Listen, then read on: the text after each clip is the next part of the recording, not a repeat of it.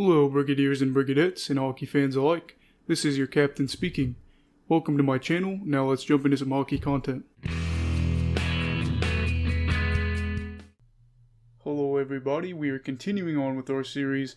Another reminder, this was being filmed on the 30th. This is coming out the 6th.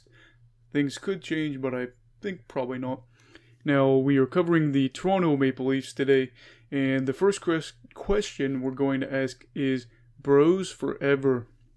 Now, this is something that we've talked about a lot, and honestly I hope I'm not beating a dead horse here too much, but the three younger players out of the Big Four have a legit throuple that is going on right now, and that could end soon. The Brad, Chad, and Thad, if you know what I'm saying. The Big Four's contract, which consists of Nylander, obviously, and then Matthews, and, Tavares, and Marner. It takes up 49% of the contract, or the cap space for the Toronto Maple Leafs. But even though they're getting paid like kings, they are not advancing past the first round. That's something the team hasn't done since 2004. I know I joke a lot about the bromance and how Matthews cheats on the two members of his throuple with Frederik Andersen, but in all seriousness, this team has got to make it to at least the second round if they want to keep this, group together where it's a pretty close-knit group of guys. Last year capped off a really low point for the Maple Leafs. Not only for the team, but for the city and fans as well, as they looked like they hit their peak and then they're on their way down. I do think they've made some good additions this offseason, and there's a ambulance driving right past, so hopefully that doesn't ruin the audio. Hope everybody's okay. Now anyway, they have made some good offseason additions, and the thing that I loved the most was probably the TJ Brodie signing. This move really makes me like their top four a lot more than before. So with all that being said, do I think this group can stay together? I think they were done a massive favor by being put in the Canadian division. I know that sounds ironic, but I do think they're one of the better teams, if not the best team in the Canadian division. And as long as Frederik Andersen is healthy, they should be probably a favorite to win that division. And they could find themselves in the conference finals if things go right. The thing is, I'm not saying something like that would be able to keep this group together. They would probably need to back it up again once they went to their old division, and they would have to, at least make it to the semifinals, which means you're probably going to get past the Bruins or the Lightning. Sorry, I've got a really bad headache right now. But at that point, you'd have to get past one of those two. That's going to be a big test. I think if they would really like to, play their cards, they'd probably want to play the Bruins since they're getting older. That would be something they could do. So, if they do go and win at least one round this year and probably another round next year, they're probably safe to say that this group of Nylander, Marner, and Matthews is probably going to stay together forever, for at least a long time. But if they lose in the first round this year, heads could roll. Now, the second question is, can Tavares bounce back? John Tavares is 30 years old and has just had a down season, and he's also owed $55 million over the next 5 years, and he can't be traded. He's got a no-trade clause. Normally this type of thing would send a shudder down my spine, and I'd be worried if I was a Leafs fan, but I'm not worried yet. One thing Tavares is going to have to do better is draw more penalties, as that's something that's really worked for him over the years, is he draws a decent amount of penalties. I know last year was a shortened year, but he was fairly close to taking as many penalties as he drew. That's something that's a little surprising, as Tavares is a very smart player. He doesn't take a lot of penalties, and he just needs to get back to drawing more penalties while, taking less. That's where he can really, get his value out of.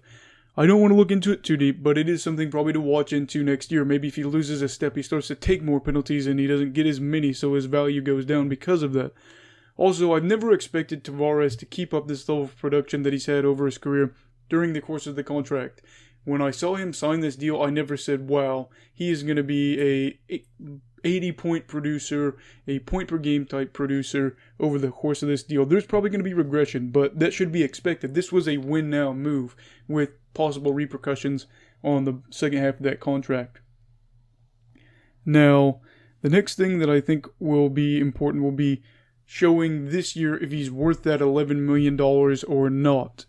Because if a regression happens, that's when I'm going to say, wow, I really didn't expect him to fall off the way he did that early in the contract. I don't think he will, but obviously he's not going to be, putting up the stuff that would, come out to be $11 million during a regular season because it's going to be shortened. But we can look at it and say, okay, over an 82-game schedule, if he had done all this, would he have been worth, is it $11 million? Which is always going to be tough to do anyway. I mean, regardless, he's just going to have to figure it out offensively.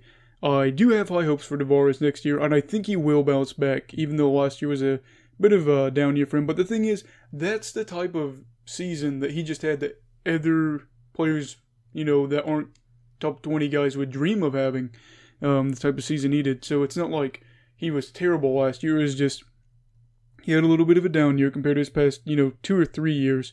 So he's going to have to bounce back. He's going to have to obviously try to get back to that production because he's getting paid a lot. And with the high pay becomes expectations. And now the third and final question is going to be, can Toronto end the drought this year? The Maple Leafs haven't won a cup since 1967, and ever since then they haven't even made it to the Stanley Cup Finals. They did make it to the Conference Finals multiple times, and they actually in the mid-90s made it back-to-back years to the Conference Finals. And the last time that they made it was in 2002 against Carolina. And if you're an older Maple Leafs fan, or you really look into the history of your team, or just stuff like that, you're a history buff for hockey, 2-1 has got to be ingrained in Maple Leafs fans' minds, as 3 of the 4 losses in that series were 2-1 to the Hurricanes, and all 3 of them came in overtime. That had to be crushing. Obviously, if you flip 2 that way, you're fine, and you win the series. I think one of the major issues that is with Toronto is the fact that they've added some pieces, and they are pretty good, but with your additions, it usually takes time to gel. This is a shortened season. Instead of having 82 games to bring it all together, you only get 56.